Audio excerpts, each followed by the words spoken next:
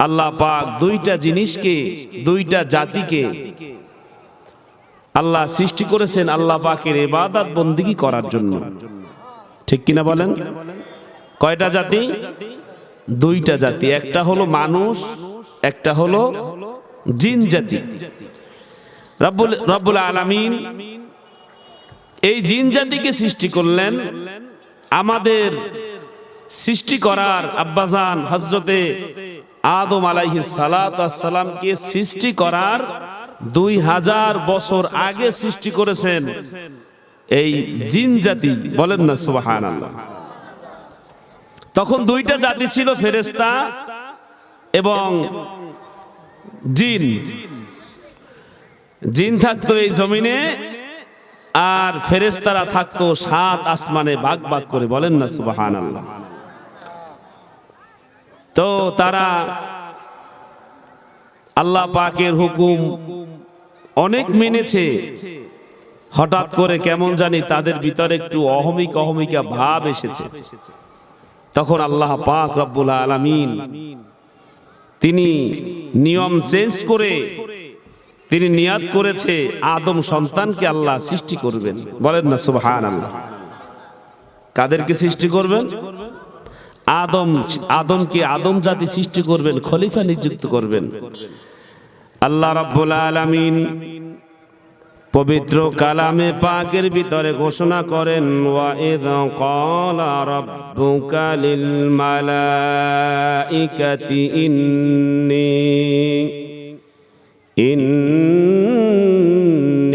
জাইলুন feel আরদি খলিফা। বলেন না সুবহানাল্লাহ। আল্লাহ পাক রব্বুল আলামিন ফেরেশতাদের কাছে প্রশ্ন করলেন, উপস্থাপন করলেন, ও ফেরেশতারা, দুনিয়ার জমিনে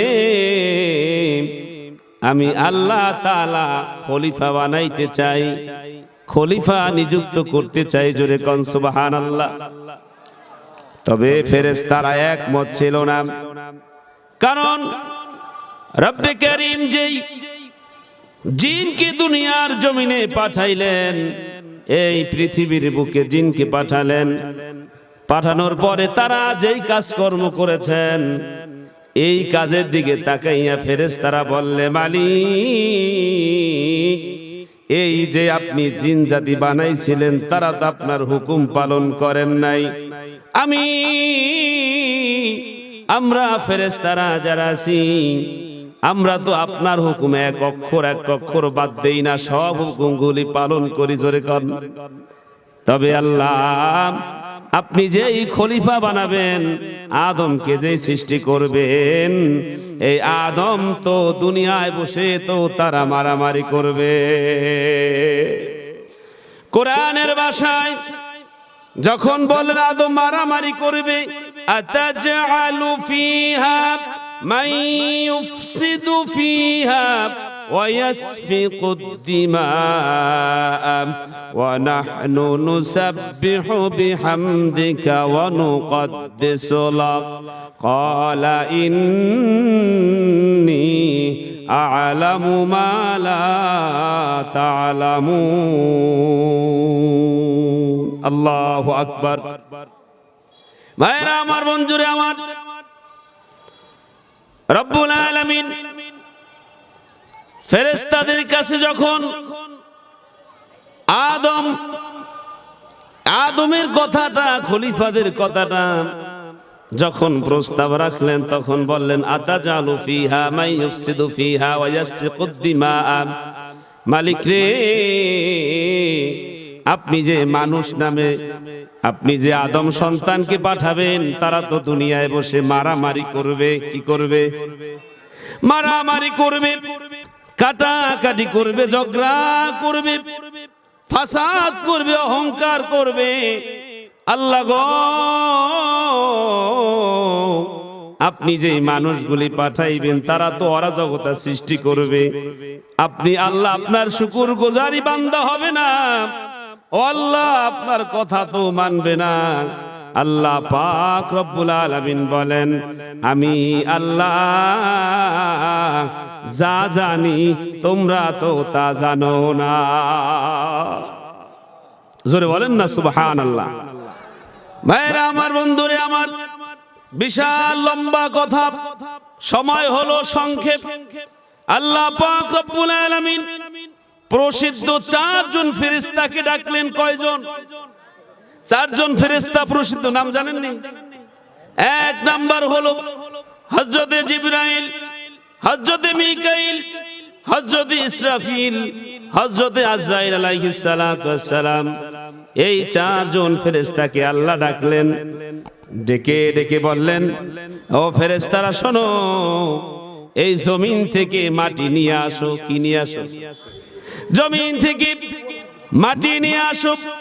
ফেরেশতারা হযরতে জিবরাইল, হযরতে মিকাইল, হযরতে ইসরাফিল আলাইহিস সালাতু ওয়াস সালাম এক এক করে এক একজন মাটি নেওয়ার জন্য এসেছে।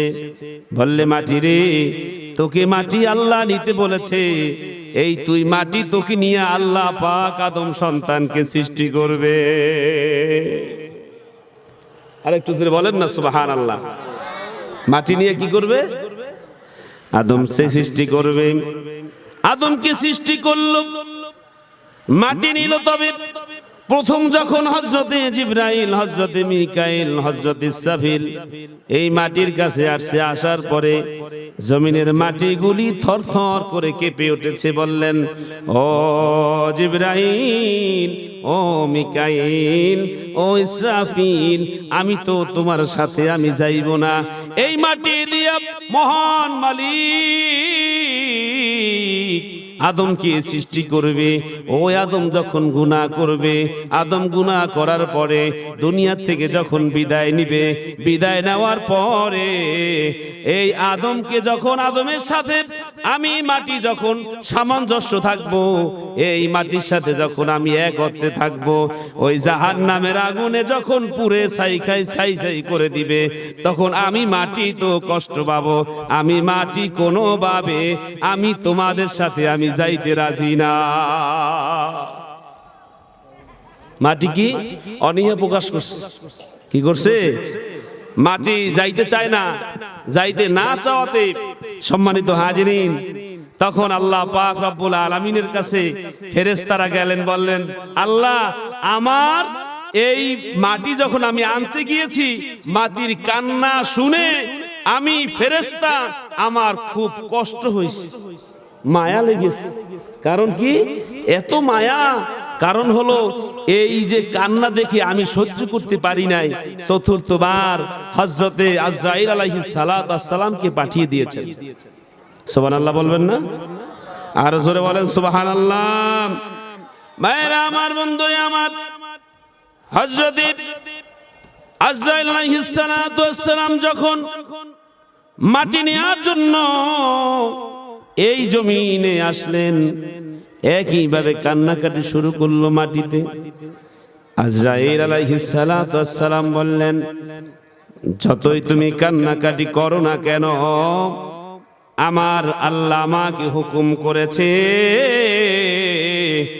আমি জমিন থেকে মাটি না নিয়া মহান মালিকের সামনে আমি হাজির হব না। কারণ যদি আজরাইলের মায়া যদি বেশি থাকতো, তাইলে মানুষকে জান কবজ করতে পারতো। মহান মালিক এই হযরতে আজরাইল যখন মাটি নিলেন, মাটি দেখে তখন বলেন, আজরাইল, তোমাকে আজকে থেকে আমি একটা দায়িত্ব দিলাম। এই যে মাটি দিয়ে যে আদমকে সৃষ্টি করব, এই আদমকে যখন আবার তাদের হায়া শেষ হয়ে যাবে, জান কবজ করতে হবে, আজরাইল, তোমাকে আমি আল্লাহ এই জান কবজের দায়িত্বটা দিয়ে দিলাম। আর একটু জোরে বলেন না সুবহানাল্লাহ। সম্মানিত হাজিরিন, যখন সৃষ্টি করলেন, সৃষ্টি হয়ে গেছে, হযরতে আদমকে যখন বানালেন, বানানোর পরে আদম সালামকে রাখলেন। রাখার পরে ওই কাছে গিয়া ওই যে মিস্টার ইবলিস আছে না নাই, কথা বলে আছে না নাই, ইবলিস, সেই ইবলিস তার কাছে গিয়া মুখ থেকে ঢুকে সমস্ত জায়গা তলব করে আবার বের হয়ে এসেছে। আল্লাহ পাক রব্বুল আলামিন বলেন, এই ফেরেশতারা, এই আমার আমি যে খলিফা বানাইছি, আদমকে সৃষ্টি করেছি, আদমকে তোমরা সেজদা করো। কি করো? কি বলেন? কি করো? সেজদা করো। কোনো কথা ছাড়া সকল ফেরেশতারা হযরতে আদম আলাইহিস সালামকে সেজদা করলেন, কিন্তু একজন ব্যতীত, তার নামটা কি জানি? জোরে বলেন কি? ইবলিস কিন্তু সেজদা করছিল না। ইবলিস তিনি পাশে দাঁড়িয়ে আছে। কি আছে? পাশে দাঁড়িয়ে আছে।